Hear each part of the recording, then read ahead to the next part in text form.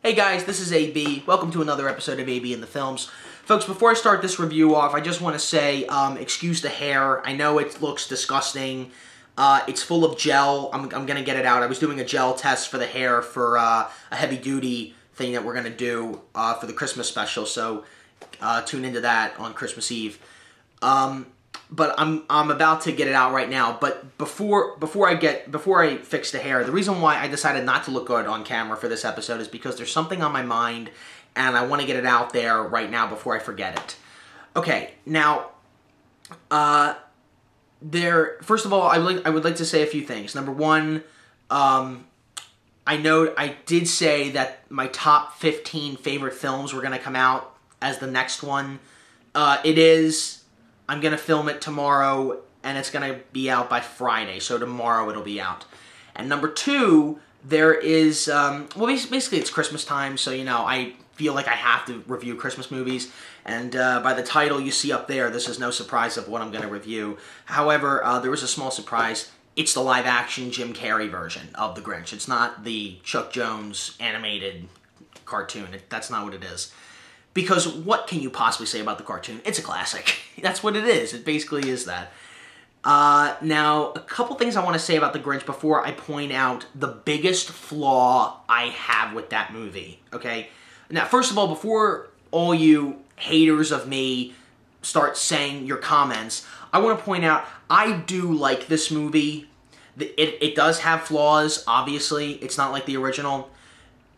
But, like, basically, here's what I would say. If the Chuck Jones cartoon was on TV, I have to watch it. If the Jim Carrey one is on, and if there's nothing else on, then I'll watch it. But I wouldn't rush to the TV to see it. I mean, I have it on VHS. I mean, I own this movie, so it really doesn't matter to me. But, anyway, on to the main point here. Now, ever since I was young, because I saw this movie when it first came out in theaters 11 years ago, and I was struck by this one moment in the film, okay? Now, I have heard reviews of this movie. I've heard of a lot of reviews of this film throughout the years, and they're all pointing out the flaws they have in this movie. Even the Nostalgia Critic just did a review of this film, and I was hoping that he would point this out, and he didn't. And no one has pointed this out. Maybe it's me. I don't know. Maybe I'm overanalyzing it or misunderstood the scene or whatever you want to call it. But this is something that's always bothered me. If I'm wrong, please correct me, because this thing has haunted me ever since I first saw this film, okay? In this movie, because it's an hour and a half long, of course we know what the ending is. The ending of the last half hour of the film is basically what the book is. But halfway through the movie, they have this character development going on, and it's fairly decent, it's okay, but they have a backstory about why the Grinch doesn't like Christmas. And as that scene was unfolding, I got hyped. Because when you watch the cartoon before this movie came out, hasn't that always crossed your mind at least once or twice? I mean, I know it's a Dr. Seuss movie. It doesn't deserve a backstory, because a Dr. Seuss story really doesn't deserve it.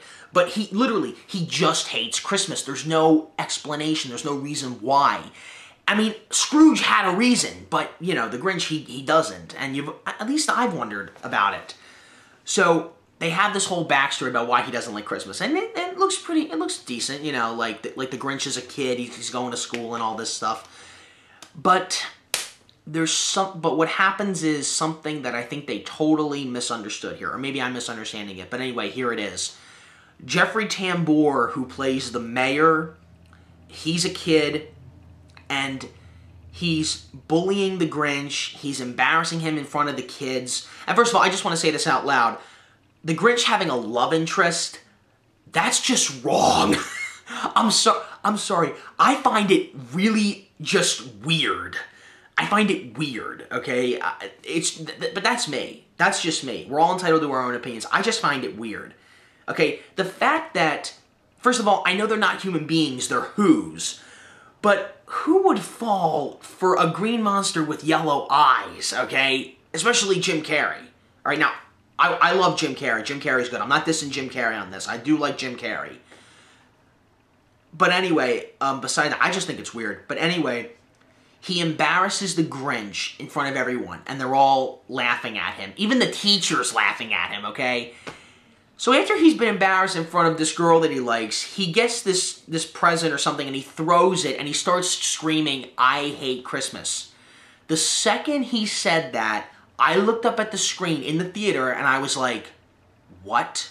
No. No, you can't do that. Because this is the problem. Please tell me if I'm wrong, okay? Here's basically what happened. Jeffrey Tambor's character has embarrassed the Grinch, tormented him, and basically just bullied him, okay? Shouldn't the Grinch hate Jeffrey Tambor? Like, where does Christmas fall into this equation? What did Christmas do to the Grinch to make him hate it? Shouldn't he hate Jeffrey Tambor? And throughout most of the movie, like, here's basically the whole point of this. If you were to take the cartoon and the book away from this equation and just look at this movie on its own, he wouldn't hate Christmas. The only reason why he hates Christmas in this movie is because it's from the book. It's from the cartoon. When you hear the Grinch, that's the first thing you think of. He hates Christmas. But if you were to take the cartoon and the book out of this equation and just look at this movie by itself, he hates the mayor. He doesn't hate Christmas. He just hates the mayor. And it doesn't... And, you know, I know it's not supposed to be a classic. I know I'm overanalyzing it. But still, this is something that's haunted me since I've seen this movie for the first time. Like... We all know he's supposed to hate Christmas, because otherwise, why would it be called the Grinch? Alright? But, you know, still, like, it just doesn't make sense. He hates the mayor in the backstory. He doesn't hate Christmas, he hates the mayor.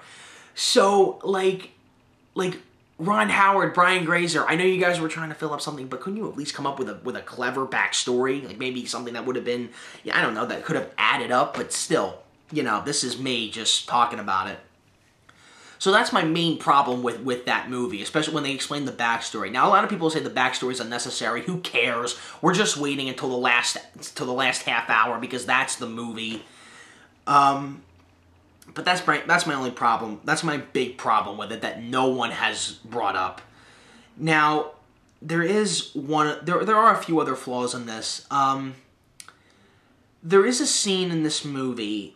And the next time you guys watch this movie, look for these flaws and tell me I'm wrong or I'm right. Please tell me, because I would like to know.